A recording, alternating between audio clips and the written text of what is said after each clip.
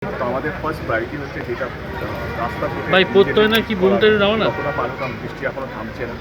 এবং আমাদের quick response team যেভাবে কাজ করছে কথা বলছে 121 জনকে স্নেক বাইট কেসেস এসেছিল আমাদের একটাও ডেথ নেই, কারণ আমরা আমাদের রেসপন্স টিম ঠিক টাইমে পৌঁছে গিয়ে তাকে রেস্কিউ করেছে এবং যে দরকার তাকে সুস্থ করার জন্য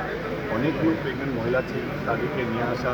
হলো, তাদের যেন কোনো অসুবিধা না হয় বন্যার জন্য, তাদের যাতায়াতে কোনো অসুবিধা না হয়, তাদেরকে একটা সেফ শেল্টারে রাখা। অনেকগুলো ক্যাটেলস আছে যাদের জন্য একটা সেফ শেল্টার করা হয়েছে, 300টার বেশি কমিউনিটি রেজিস্ট্রি করা হয়েছে যাতে মানুষ যেখানে খাবার পৌঁছচ্ছে না, রোজকার প্রবলেম হচ্ছে তাদের কাছে যেন আমরা খাবার পৌঁছতে পারি। ইলেকট্রিসিটির জন্য ইলেকট্রিসিটি বোর্ড 24 ঘন্টা বা 48 ঘন্টার মধ্যে যেগুলো খুব ক্রিটিক্যাল কন্ডিশন সেগুলো আমরা ইলেকট্রিসিটি রিটেন করছি এবং ন্যাশনাল ডিজাস্টার টিম এবং পুরো ডিপার্টমেন্ট আমার বলবো যে সবাই রেডি আছে মানুষের যেন কষ্ট যাতে কম হয়, এবং যেভাবে বন্যা হচ্ছে সত্যি কথা বলতে গেলে